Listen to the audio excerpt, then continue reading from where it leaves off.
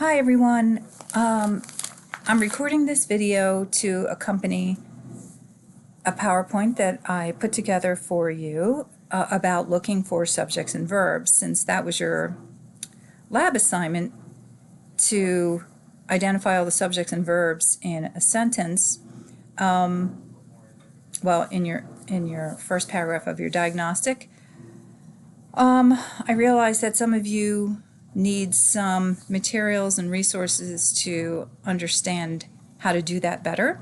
So this is all about how to look for subjects and verbs. And when you do look for subject-verb pairings, the reason we're doing this is so you know whether you have a complete sentence or a fragment, or if something's missing. All that is very important to understand the grammatical structure of your sentences and how you're putting sentences together. So when you look for subject-verb pairings, you have to look in all clauses. Let me go back up to the very beginning of this. You have to look in all clauses. So let's go to the next slide. Yeah. So what kinds of clauses are there? Well, there are two main kinds of clauses: an independent clause and a dependent clause, also known as a subordinate clause. So, as you can probably tell by the names of those clauses, independent clauses means that they can function by themselves independently. So they could stand alone as a simple sentence. And there's an example right there. My dog is lying on the floor. Okay. There's a subject and a verb, and it's a complete thought. The difference between an independent clause and a dependent clause is that dependent clauses cannot stand alone as a sentence. They also have subjects and verbs, so all clauses have subject-verb pairings. And that's why, when you look for subject-verb pairs, you have to look in all clauses. All right, so why can't a dependent clause stand alone? Because they contain a word of dependency. It's also known as a subordinate conjunction, and that starts the dependent clause. So here's the independent clause, my dog is lying on the floor. Here's the version that is a dependent clause, because my dog is lying on the floor. Notice that my dog is the subject. That didn't highlight well. And then is the linking verb. Or I'm sorry, is lying is the entire verb. Same thing here. We have my dog, subject, is lying is the verb, right? But because of this word here, it's not complete, okay? So it's dependent. If I added something to this dependent clause, because my dog is lying on the floor, comma, I will put a blanket on him. Notice that what I added is an independent clause. In either case, we're looking for subjects and verbs to know whether we have, what kinds of clauses we have and how we're putting them together. Sorry. So other words of dependency or other subordinate conjunctions are words like, okay, so we said because, although, since, when, if, after, even though, while, that, which, who. That's not a complete list, but it's a good portion of the ones that you see pretty often. Okay, so little word of caution here. Be careful, as some words, such as the word after, which you see up here, can sometimes function differently in different contexts. And here's an example. After you get home, please feed the dog. This is a dependent clause because we have you as a subject and get is the verb. But notice in this instance, after the exam, I'm going to take a nap. It's functioning as a prepositional phrase because after is functioning as a preposition because it has a direct object, the exam. Notice there's not a subject or a verb, right? Just a preposition and an object. Okay. By the way, I'm going to go to the next slide, but by the way, this is probably going to be a two-part video instructional video, sorry. All right, so a little review of subjects. The subject of a sentence is who or what the sentence is about. And then the main verb is what the subject does or what the subject is. So the reason we say does or is because there are different kinds of verbs. There are what the subject does is usually a mental or physical action, and what the subject is just an is verb, like a linking verb. They're all forms of the verb to be, such as is, are, was, were, am, etc. And they usually link the subject to a word that renames it or describes it. So let's look at an action verb. John remembers his childhood vividly. John is the subject and remembers is the verb. It's an action verb. It's a mental action. If I say John jumps very high, that's a physical action. John is crazy. Complete sentence because we have John is the subject and is the linking verb, linking John to a word that describes him, crazy. Okay, we do that a lot in the English language. Use linking verbs, that is. Okay. We're going to get back to talking about subjects again, but here's some examples of independent clauses versus dependent clauses. John is a good friend to me. John is the subject. Is the linking verb, and it's a complete thought. All right, which no one knows about, I should say. Which is the word of dependency here. Notice that we have no one as the subject and knows as the verb. But which makes it a dependent clause. Since next week is Christmas, again, the word of dependency is since. That's why this is a dependent clause, not an independent clause. Can't stand by itself as a sentence.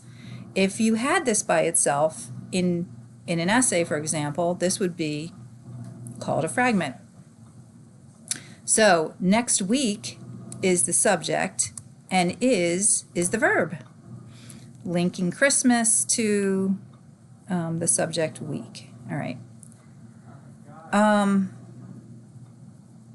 Here's another example. The example I showed you will help you understand the directions. In this particular, so now we have a combination of independent clause and dependent clause. But in this particular case, the dependent clause is in the middle. I should probably get back to that. That one's a little tough. Let's start this one. Whenever we go to Florida, we prefer the Gulf Coast, but the East Coast is pretty marvelous also.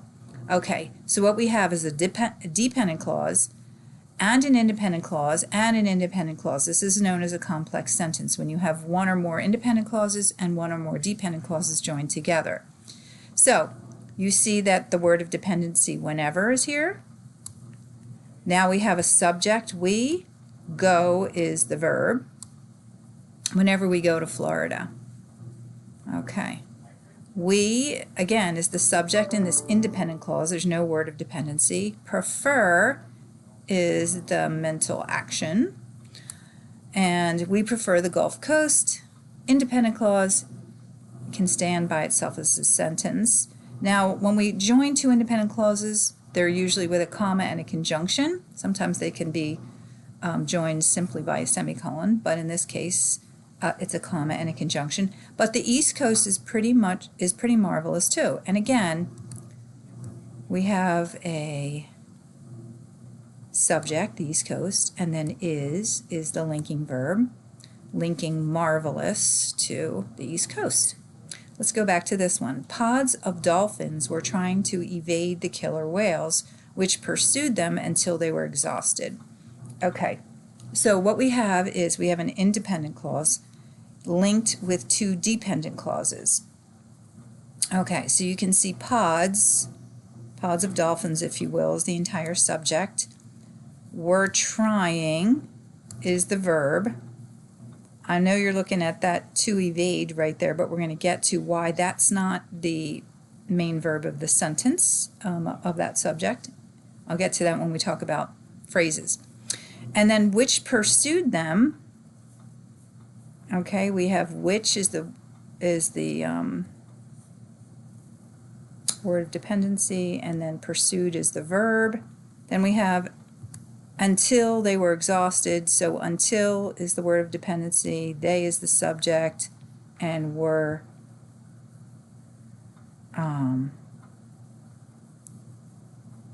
is the linking verb. Okay. Now in this one up here, what we have is a dependent clause that comes in the middle of an independent clause. So it breaks up the independent clause into two parts. So now I underline this so when I read it out loud, you can hear that it is an independent clause by itself. The example will help you understand the directions. So the example is the subject, will help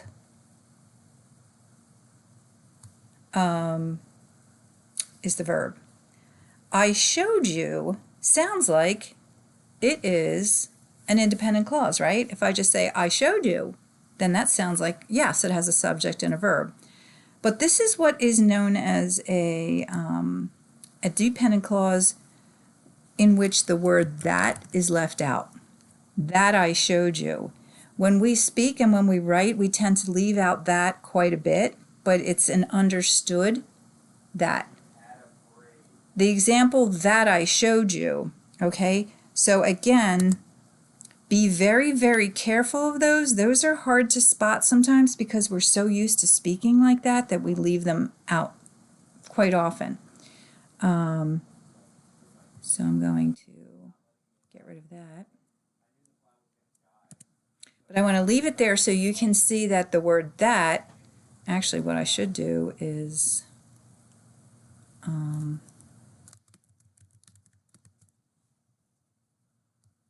it, why is it doing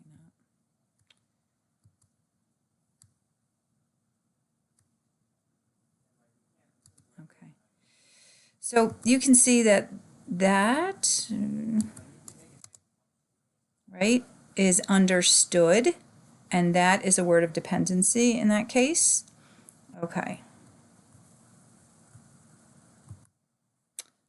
All right, so the order in which subjects and verbs appear in sentences. In the English language, it's subject-verb order, okay? But there's always exceptions, as we know. So for the most part, subject and verbs are in that order. Subject first, then verb. Okay, so I like to eat ice cream. I like, right? It's always subject, then verb, except for these exceptions. Except in a question, does anyone know what time it is? In order to know what the subject and verb are, a good trick is to try to make it a regular declarative sentence to identify the subject and verb more easily. Anyone does know what time it is. Okay, so anyone is the subject, does know is the entire verb, does is the helping verb, and know is the root verb. Let's see. Would you consider going to the movies? You would consider going to the movies, right? So you is the subject, would consider is the entire verb. So that gives you a little clue that when we ask a question, we almost always have a helping verb that we start with. So it's always going to be, when we put it in declarative form, it's always going to be subject and then entire verb phrase that consists of a helping verb and main verb. Okay, we're going to have to end this pretty soon. Running out of time, and then we'll go to part 2. Also, exceptions in expletive constructions. And expletive constructions are there is, there are, and here is, here are. When we start sentences out with them, there and here are never they are not subjects. So if I say there are many fish in the sea, again, try to reword the sentence. Many fish are in the sea. But for some reason, we have come up with this in the English language, this there are, there is, here are, here is. Here is the ice cream that I promised to bring you. The ice cream that I promised to bring you is here. So the ice cream is the subject and is the linking verb. Okay, over and out. I'll see you in part 2.